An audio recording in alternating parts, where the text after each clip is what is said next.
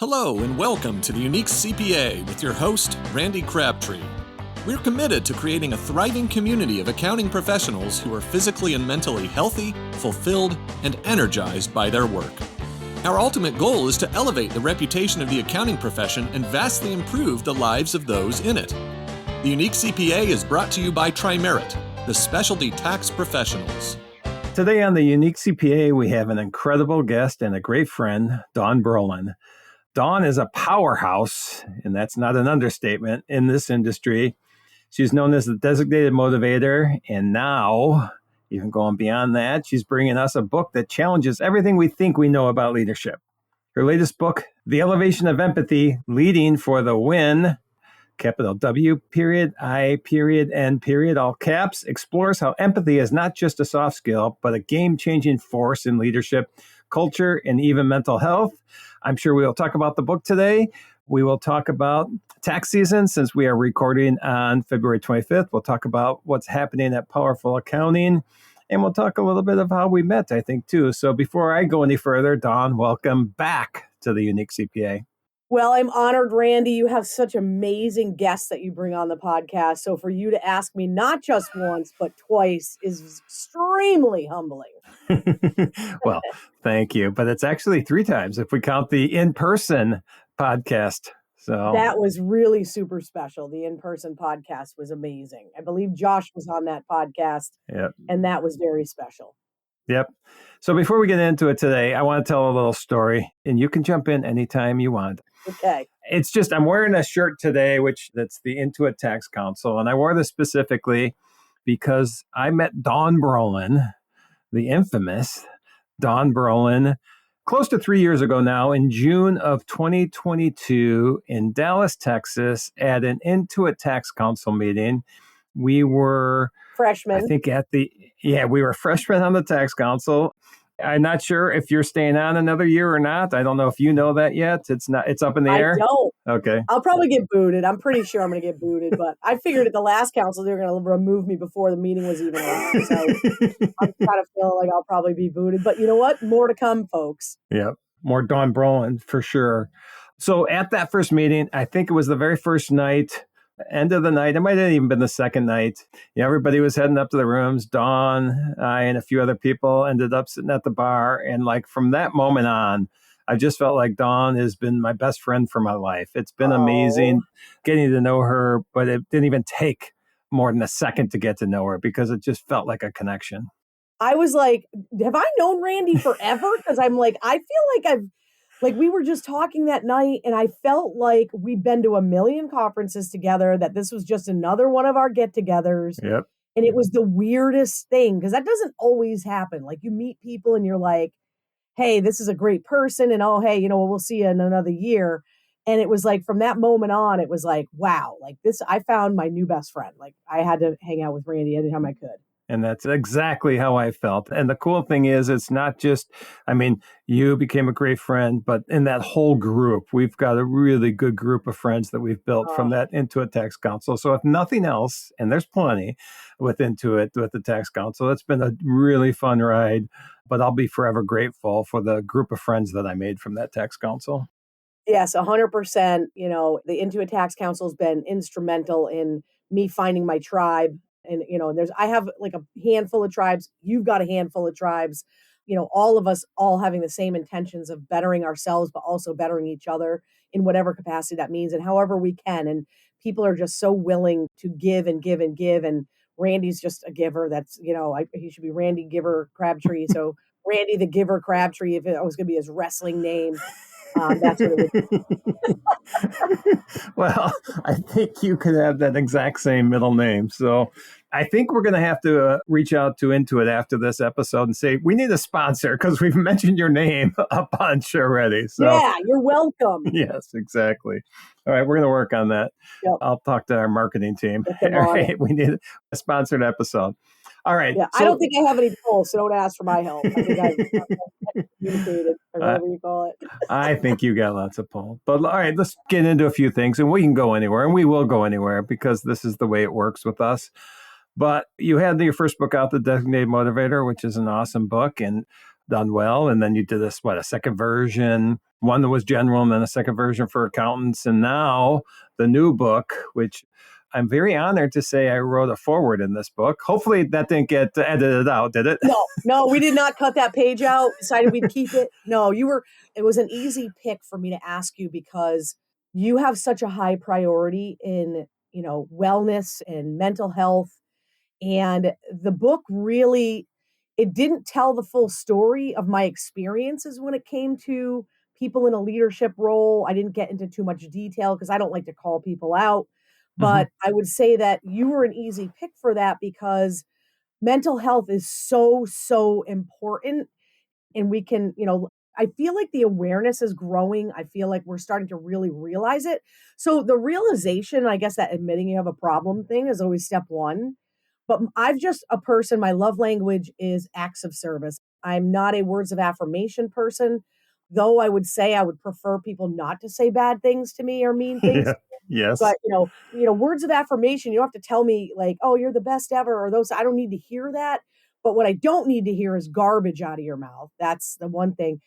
But I realized that the elevation of empathy in the world we live in today is more important than ever. And it tied so deeply into mental health that I was like, Randy's got to write this forward because you get it and you're doing something about it.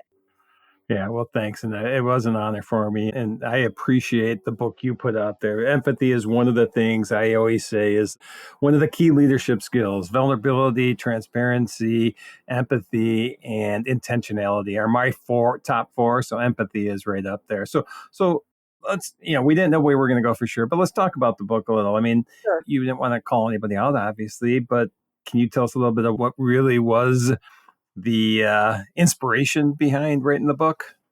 Yeah. I've been in many situations, whether it's in a partnership scenario over the last 25 years of either being in a partnership with people and watching how they lead the organization, watching coaches lead teams, or I should say coaching teams. I shouldn't say lead teams because not every coach is a leader, though they think they are because they're the coach, but they're not in some cases. So looking at people in the head of organizations, people who are, I would say, have that the inherency of leadership because they're put into a position. And so they think automatically, well, I'm the head coach. Oh, well, I'm the manager of this scenario, or I'm the president of this organization. I'm the CEO of this organization, which to me does not tell you that you're a leader. You earn that. And I put in the book, nobody is like born a leader. They're just not born a leader.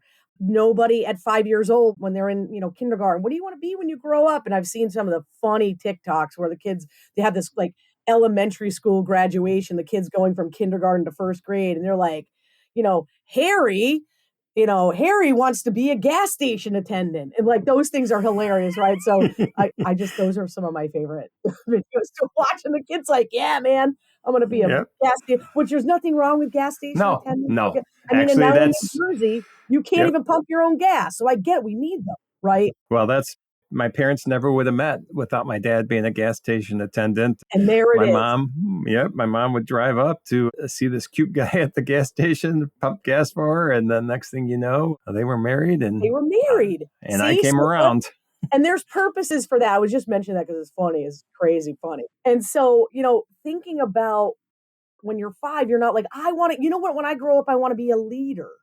See, because the leadership qualities are something I say part of it you grow up with. You learn from your parents, you learn from your friends, you learn from people that you expose yourself to. I've always told my kids, you become the people you hang out with. Those are facts. You want to be successful, hang around successful people because success breeds success, failure breeds failure. And I mean failure and not like striking out. I don't mean it like that, like not, missing a ball or those kind of things.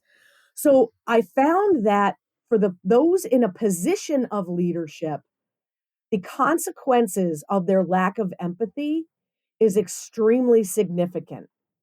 So when you are in a position of leadership and you act without having any sense of empathy for those that are affected by the decisions you're making, Now, we know that when you make decisions, some of them are hard. That's part of what a leader has to do. Sometimes they have to go against the popular vote, right? Whatever the organization may believe to be, we should move this way. Sometimes the leader will choose a different path, and that's tough. But that leader has to take into consideration what are the consequences of the folks that they're leading. And you've got to have that sense of empathy and understanding that the consequences may be negative to that person, whatever the capacity is, but they've got to have the empathy area because those who are in leadership roles who lack empathy can destroy, I don't say they do, I say they can destroy those who are following them. And that is something that may not be an immediate consequence for that person. It may be something that's reflective, meaning, 5 years later, 10 years later, they look back and they reflect upon the past and it can negatively impact them in a way in some cases can be extremely severe and in some cases can be a great opportunity to learn about the type of person you don't want to be. So now you need to educate yourself and learn about what does empathy really mean, and you've got to start to embrace that. And so I'm very passionate about that because I've seen leaders destroy people. Oh, yeah. The whole time you were just talking there, I was thinking about, and I didn't read a lot about it, but man, I saw a lot of blowback about it. There was I'll just say, a leader of a large financial institution recently that I don't know if you saw this, that basically was in a private meeting that was recorded and that got out, and he was trying to do a return to office type thing and pretty much was saying, I don't care what anybody else thinks. He had no empathy for how his decisions could affect anybody else. And I'm really curious to see long term if this does have a negative effect on what's going on, because the way he said things, and I can't quote him word for word, and I'm not going to, and I'm not going to say who it was, but man, that to me was a complete lack of empathy. I don't even know if you know what I'm talking about or not, if you I heard the probably have a story. sense for what you're talking about. Yeah, That's a great example because that is something that's happening in many organizations across the country and maybe the world. I'm, a little bubble in Connecticut, but possibly across the world. But right. we're seeing that type of a decision being made. And because of those decisions that are being made, and if you think about those who have relocated, now I've had some pretty hardcore arguments with some local folks here, some friends of mine who about the return to work and Yep. the type of thing where it's like, I kind of get it, but you've got to give these people some leeway. Some of them have relocated. Some of them have signed contracts that should allow them to be remote, continue to be remote, and things like that.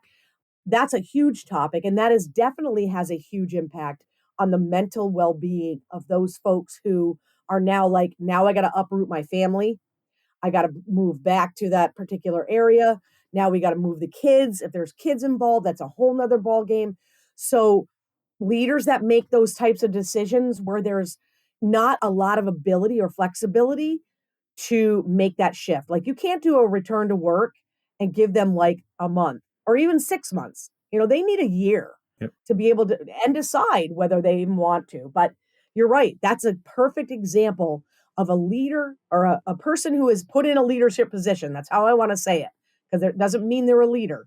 To make those decisions without empathy on the results and consequences of the people they're making the decision for. So I agree with that 100%. So I got a question for you. I was recently talking to a leadership coach, and she was talking about empathy and other things, but she was almost analyzing me as we were talking, which was a positive thing, because I said, I don't think I'm a leader.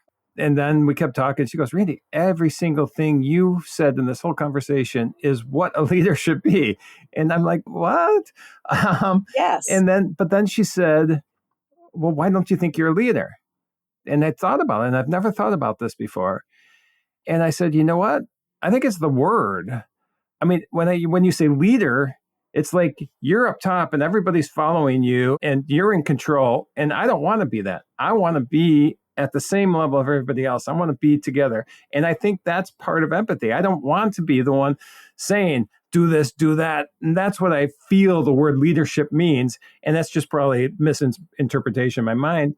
But I don't know if you had any ever considered the word and the impact that word might have. The word is intimidating. Yes. The word is 100% intimidating. What I will say is that Yes, I have those, I will call it imposter syndrome, inferiority. Like, I don't believe I'm good enough. I don't feel Hmm. like I'm worthy enough. And believe me, you don't think I think about that every 5 minutes. You don't know me. I mean, I think that breeds what comes from within you as a leader, whether you like it or not, is that's what some people need. Now, I look at you as a leader and I'm like, I want to, follow what Randy's saying. I agree with him 100%. He's leading me down a path of reassurance. He's leading me down a path that what I'm talking about matters and what I believe matters. That doesn't mean I'm like, oh, I'm like this, I'm going to just follow Randy and like be a Right, right, follower. Because leaders, people who are leading need leaders to lead them. It's not this one person at the top. right. It's a collective group of people who are trying to make positive influence on other people who either don't see it yet, some people who will never see it. There are definitely folks out there that I know who just won't get this concept. Yep, I think number one, because it's either not important to them. Number two, they're just satisfied with being who they are. I feel like we all need to always try to grow and get better. So you're leading, Randy, that doesn't mean you're at the top. It means that you're having a positive impact. And that's what real leaders have a positive impact on the people around them because of the characteristics that they believe in and that they follow and that they profess and they act upon. But the word leadership and being a leader is super intimidating yep. and a big responsibility, not anything you nor I take lightly. Yep. And believe me, I heard you say you question yourself and all that. Man, you are a leader. There's no doubt about it. People follow you. People are inspired by you and motivated by you, which is really cool. All right. So let's go a step further in this leadership or this empathy as much as anything. And you talked about how the lack of empathy or how the leaders that don't have empathy can have a negative impact on mental health. And so you want to talk about that connection? Yeah, for sure.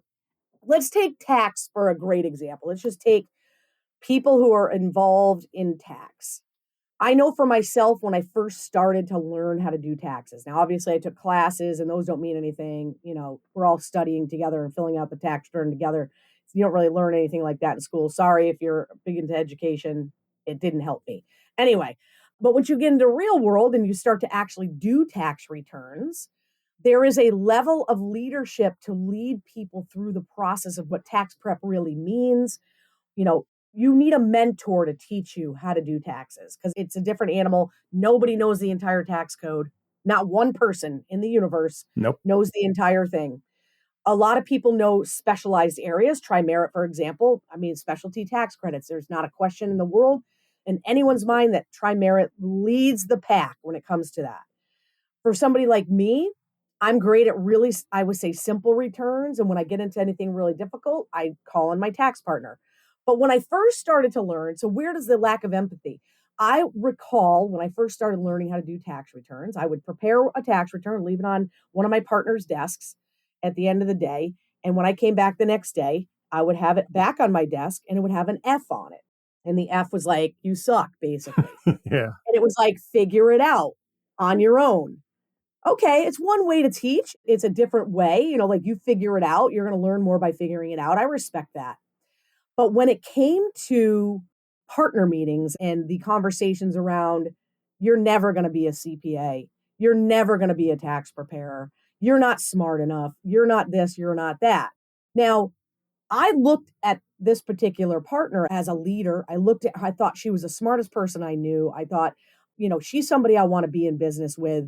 I think we could do great things together. You do different things than I do, but you could also teach me and I could teach you some things and we could, like, this would be a great opportunity together. But instead of building up the people around you, and there are people out there, this is where the empathy comes in.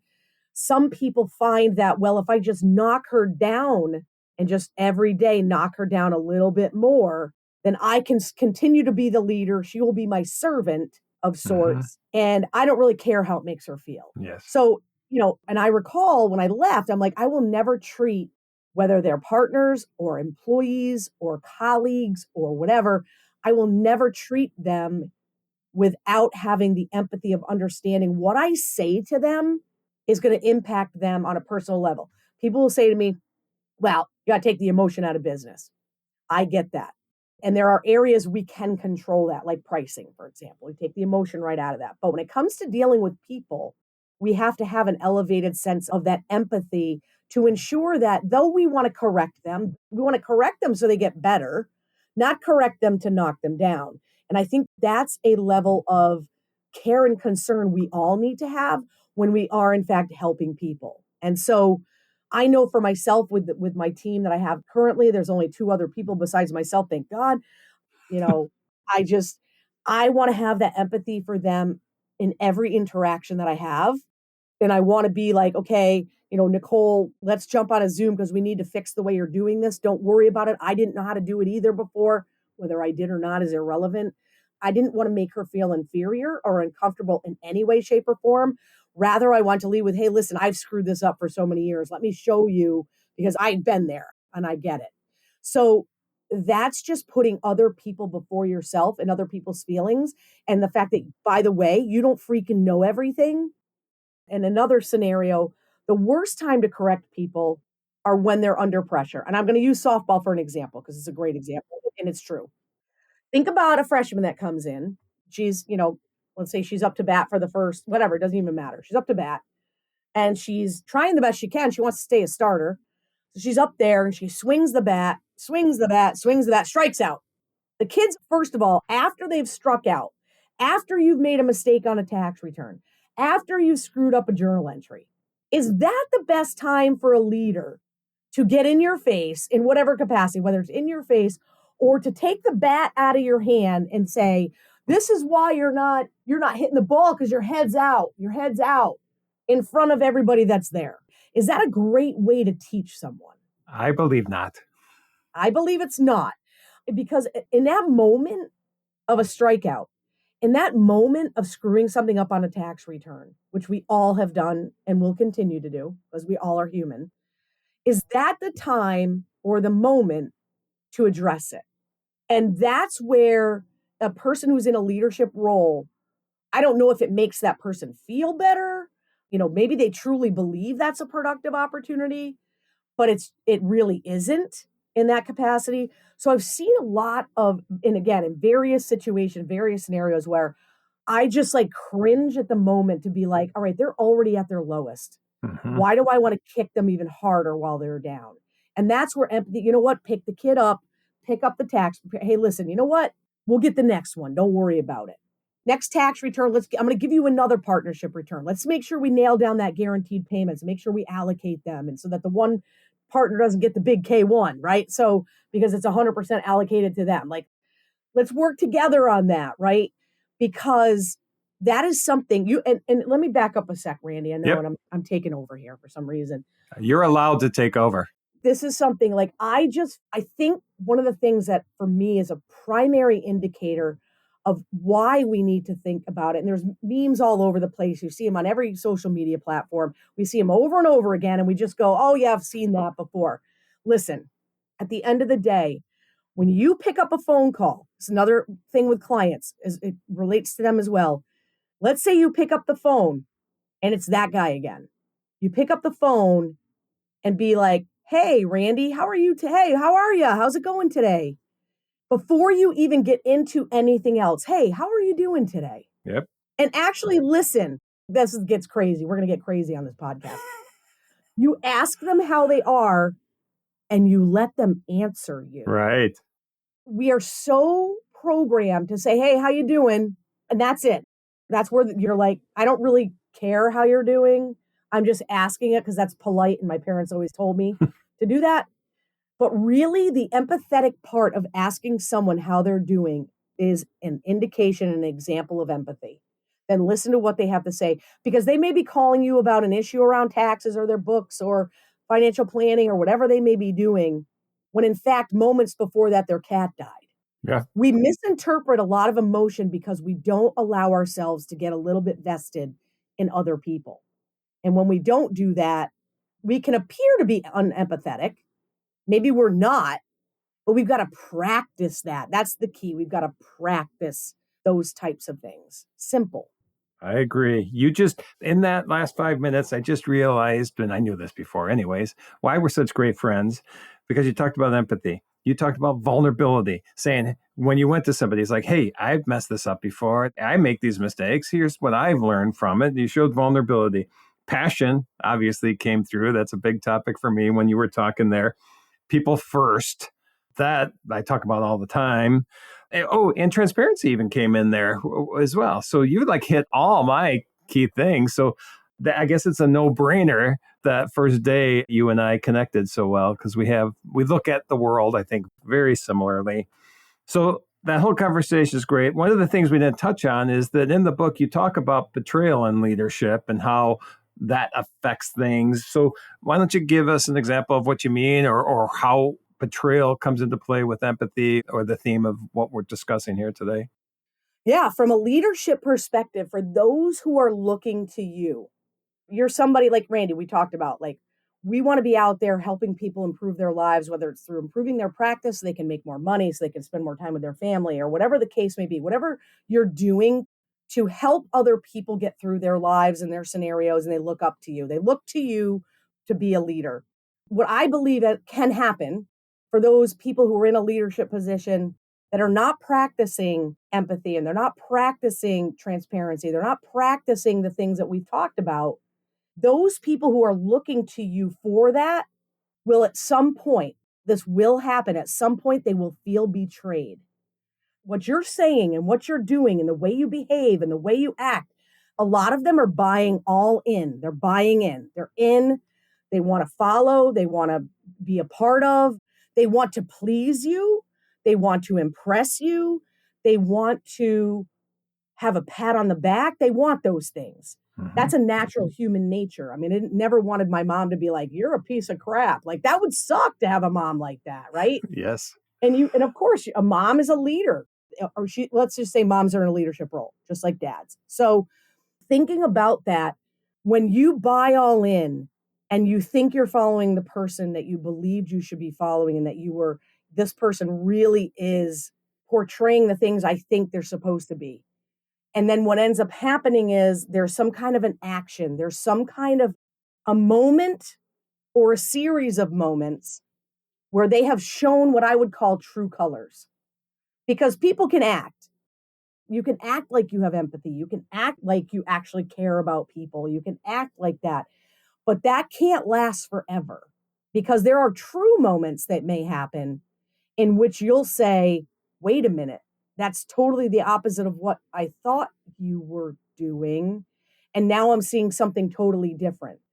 And that betrayal will, number one, can and likely will ruin whatever that relationship was, whether it was an employee employer, coach player, coach coach, could be CEO, VP, could be manager and the people that work underneath the manager.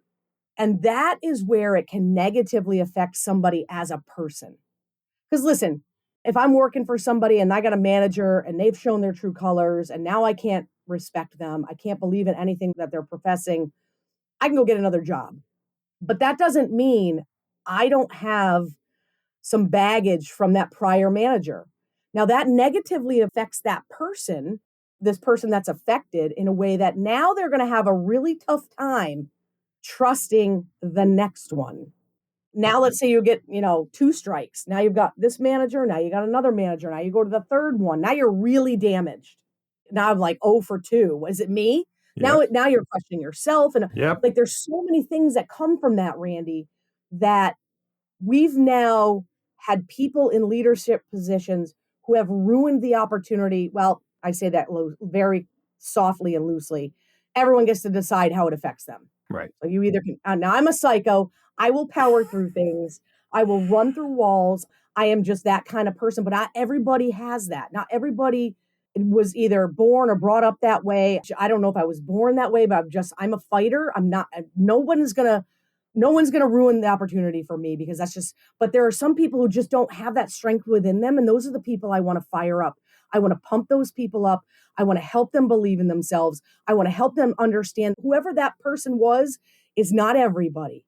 That's one of the things that we bring it back to the beginning where you find that tribe of people. Thank you, Intuit Tax Council. That's an Yes. extra $1,000.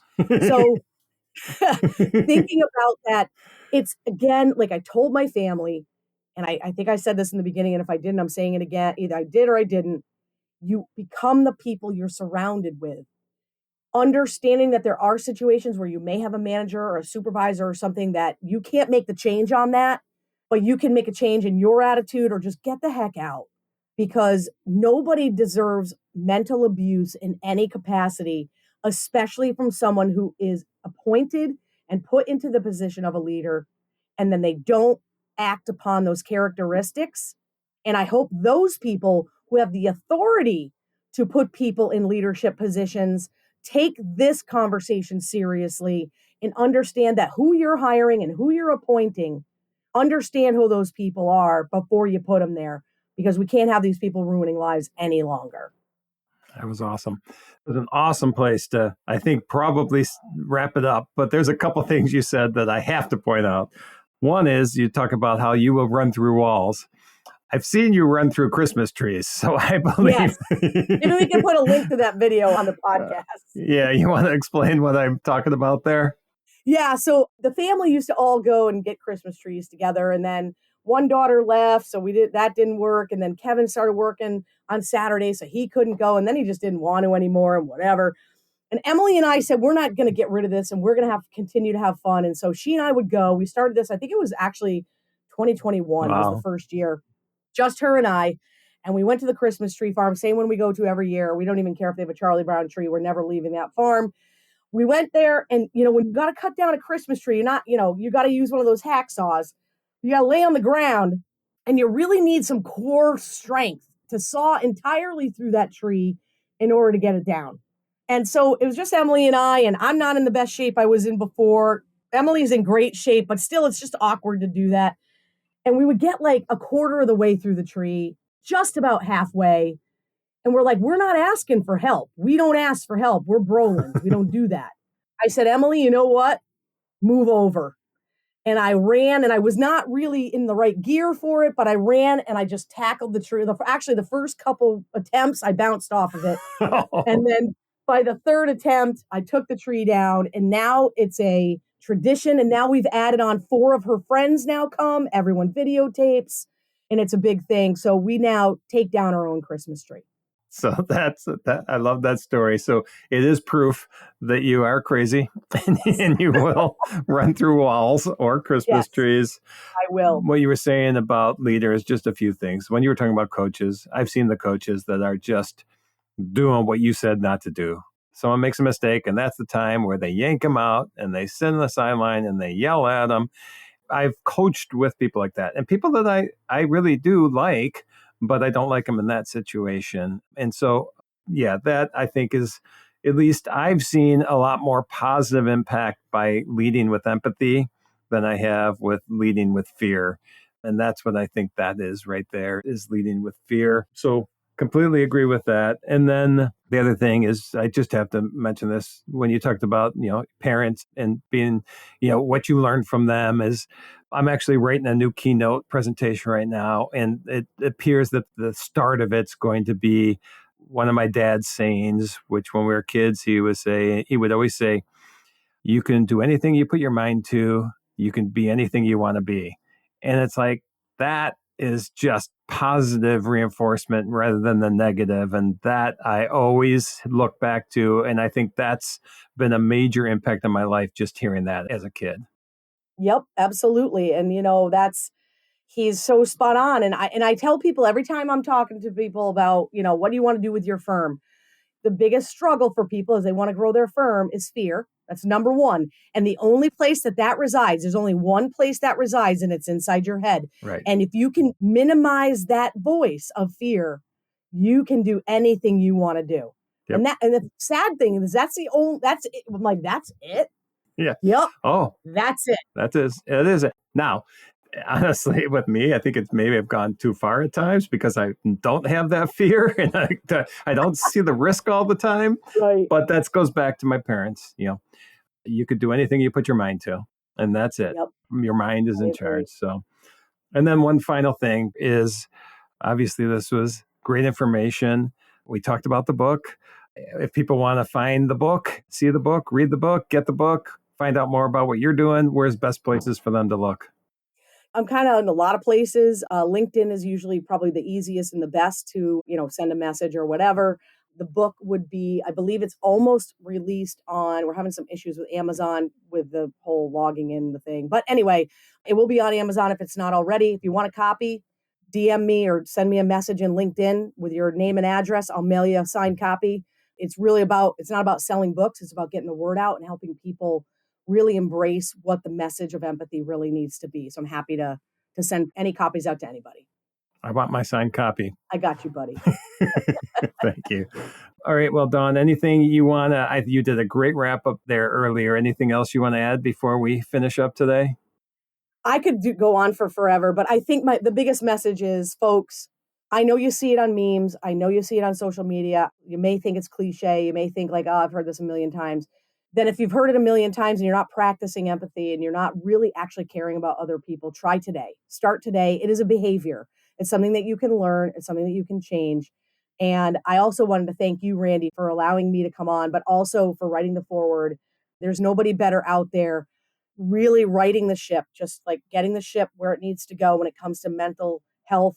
And some of the consequences of a lack of empathy does result in some pretty terrible things that can happen to people. I think we all know what I'm talking about. I've experienced it numerous times, unfortunately, between friends and family.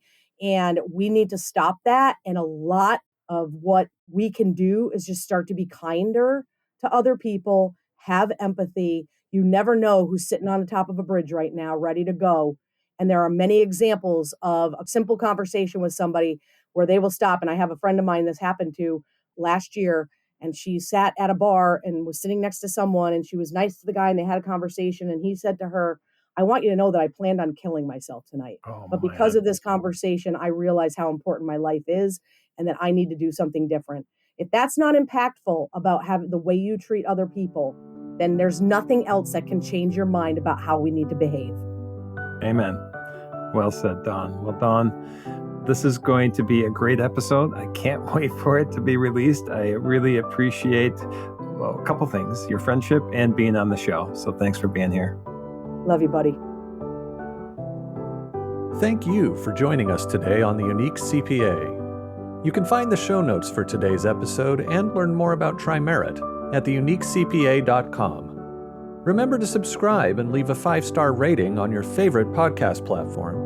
And be sure to join us next time for more expertise and insights on the Unique CPA.